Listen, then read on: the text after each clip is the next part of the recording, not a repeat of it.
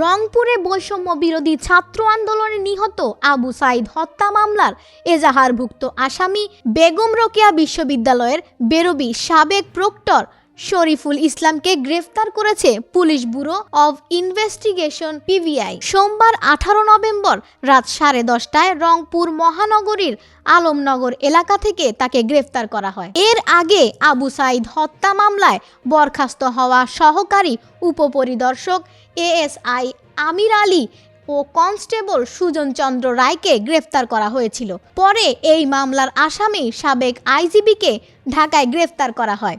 বিষয়টি নিশ্চিত করে পিবিআই রংপুরের police super SP Zakir Hossain জানান, আবু সাঈদ হত্যা মামলার এজাহারভুক্ত আসামি শরীফুল ইসলামের বিরুদ্ধে ঘটনাস্থলে উপস্থিত থেকে পুলিশকে গুলি করতে নির্দেশনা দেওয়ার অভিযোগ আছে।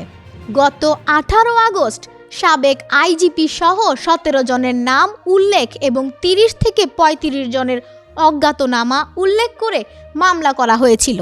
পরবর্তীতে সাবেক প্রধানমন্ত্রী শেখ হাসিনা, সেতুমন্ত্রী ওবায়দুল কাদের, স্বরাষ্ট্রমন্ত্রী আসাদুজ্জামান খান কামাল, সাবেক প্রক্টর শরীফুল ইসলাম সহ 7 জনের নাম মামলায় নথিভুক্ত করার জন্য সম্পূরক এজাহার দায়ের করেন রমজান আলী। আদালতের আদেশে তাদেরও ওই মামলায় নামীয় এজাহারভুক্ত আসামি হিসেবে অন্তর্ভুক্ত করা হয়।